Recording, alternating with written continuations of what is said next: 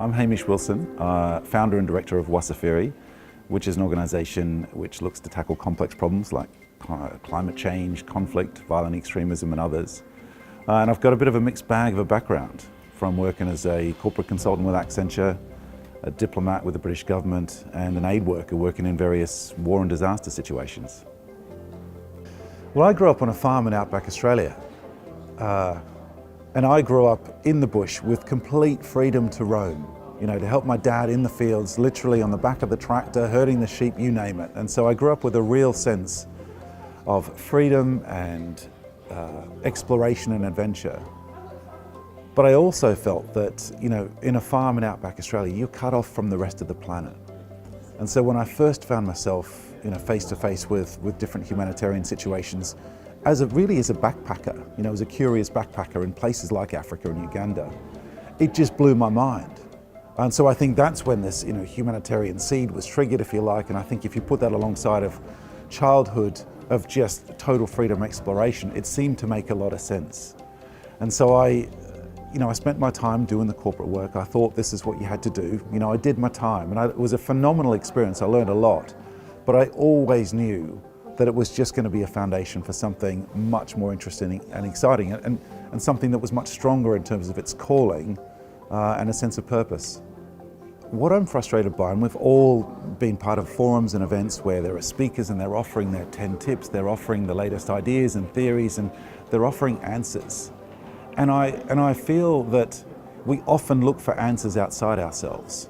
And you don't have to look too far, just Google leadership. There's 10,000 answers. So wherever you want to look, there are answers if you want them, but I don't think that that's where the magic is. So this presentation is a bit of a roller coaster ride through a whole host of different situations and experiences and assignments.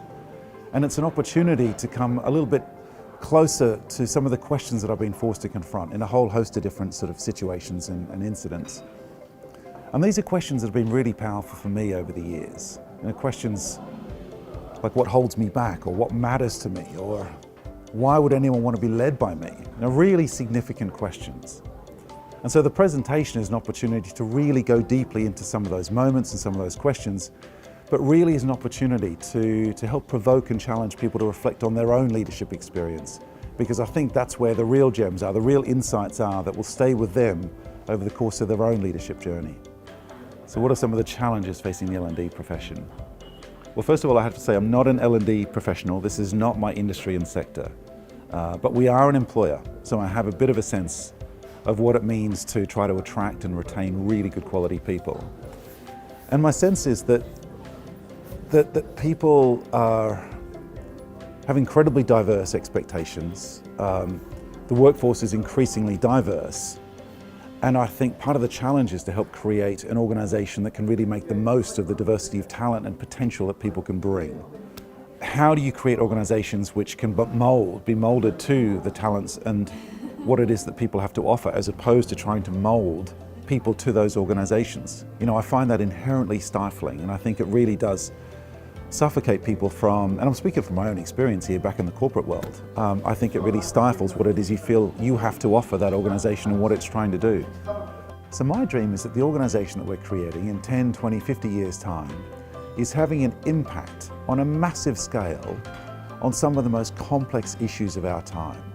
And they could be around sustainable food production, they could be around massive and emerging conflicts, they could be around migration on a massive scale. It could be around tackling gross inequalities across the Western and developed world. But we're having a significant impact with the key decision makers who are involved in the most significant issues of our time.